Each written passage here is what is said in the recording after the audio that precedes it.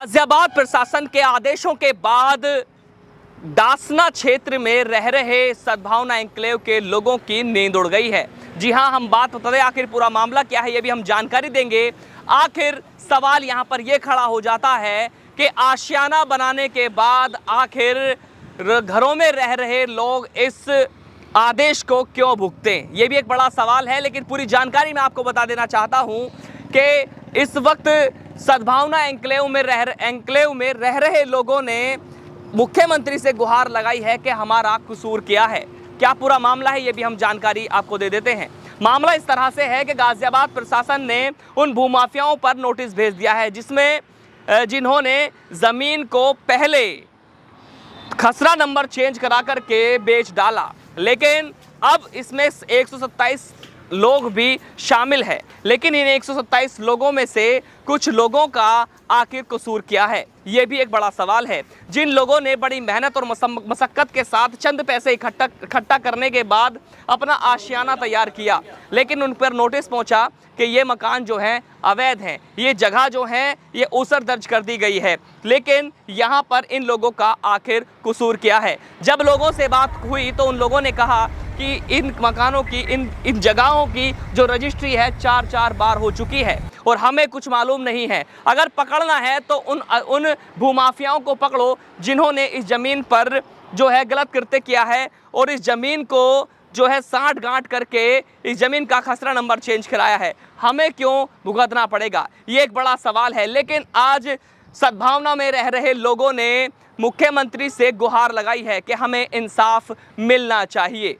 लेकिन जिस तरह से आपने देखा कि पूर्व में भी हमने खबर चलाई थी और दिखाया था कि खसरा नंबर चेंज करने के बाद, खसरा नंबर बदलने के बाद अब यहाँ पर यह सवाल खड़ा हो जाता है कि सारा कसूर इन लोगों का है। नहीं, सारा कसूर इन लोगों का नहीं, बल्कि उन भूमाफियाओं का है, उन अधिकारियों का है जिनकी साठ गांठ से ये पूरा मामला बना है। अगर उस दौरान अधिकारी इस मामले की जाँच कर लेते तो इस ज़मीन का खसरा नंबर कैसे बदलता, या फिर अगर अधिकारी ये जांच कर लेते या इस मामले को समझ लेते तो रजिस्ट्री कैसे होती, ये भी एक बड़ा सवाल है। लेकिन अब गुत्थियों में ये खबर उलझती जा रही है, ये पूरा मामला गुत्थियों में उलझता जा रहा है कि अगर अधिकारी उस वक्त अपनी आंखें खोल लेते तो भूमाफियाओं का जो जाल था वो सही तरीके से नहीं चल पाता। लेकिन भूमाफियाओं ने तो इस मामले को, इस षड्यंत्र को रचते हुए, साठ गांठ करते हुए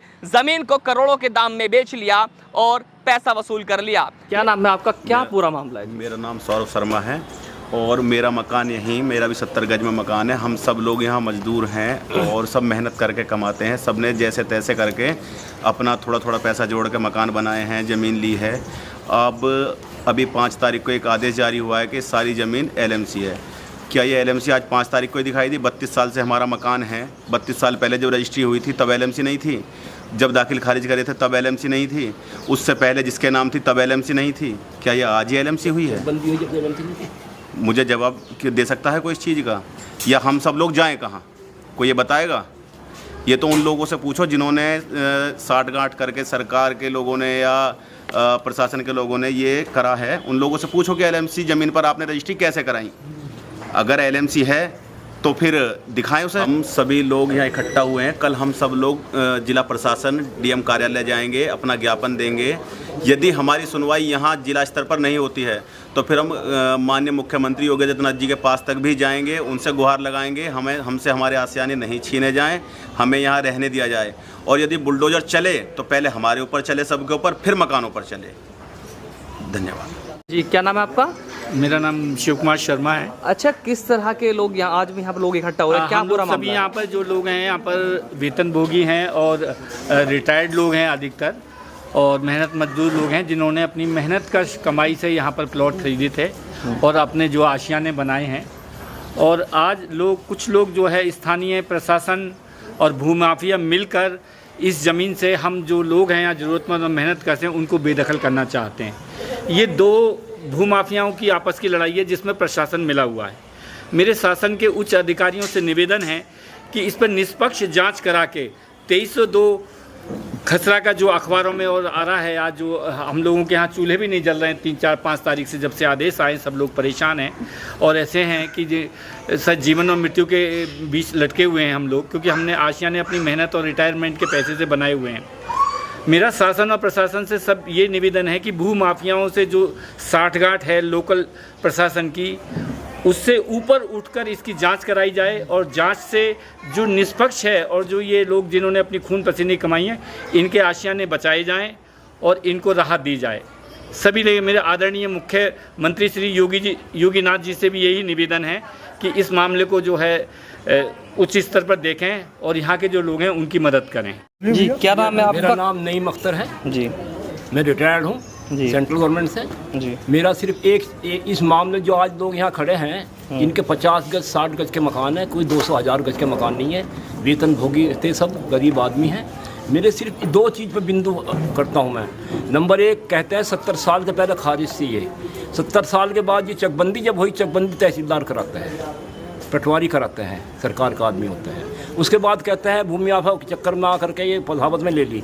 बसावत में सरकार रजिस्ट्री करती है और इसमें 90-95% दाखिल खारिज है, वो तहसीलदार करता है, एसडीएम करता है दाखिल खारिज। हमारी क्या गलती है? हमारी मदद की जाए गरीब आदमी की।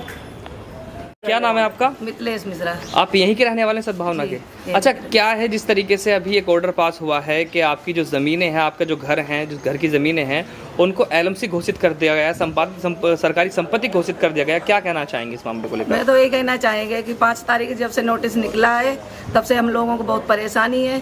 सरकार उसकी जांच कराए। हमें पहले से पता ही नहीं थी कि हाँ एलएमसी है। हमने तो जांच करके ही खरीदी है, सभी जमा पूंजी अपनी लगा के तो बनाया। जब आपने ज़मीन खरीदी थी, इस बिल्डर से भी खरीदी थी, उस टाइम पर सब पेपर कागज सारे पेपर हमारे पास हैं और सब कुछ है पहले का। जो आज से 4 साल जिसने 4 लोगों ने खरीदी थी, उनका सारा है पेपर हमारे पास। तो अब क्या चाह रहे हैं आप लोग? मुझे फैसला चाहिए कि सरकार उस चीज़ का फैसला करे कि हाँ एलएमसी की नहीं है ये ज़मीन। जी, क्या नाम है आपका? रानी नायर। रानी राय जी, आप भी यहीं रहते हैं सद्भावना में? अच्छा, जब से ये ऑर्डर आया है 5 तारीख से कि आपके जो घर हैं, इनकी जो संपत्ति है, ज़मीनें हैं आसपास की, खसरा नंबर 2302 की, उसको जो एलएमसी घोषित कर दिया गया है, सरकारी संपत्ति घोषित कर दिया गया है, क्या कहना चाहेंगे आप और क्या बात रख रहे हैं अपने? ये ज़मीन एलएमसी होता है, इसमें दाखिल खारिज कैसा हो गया? और दूसरी बात, लोग यहाँ से बेच भी रहे, खरीद भी रहे। एलएमसी हो तो खरीदा नहीं जाएगा, ना बेचा जाएगा।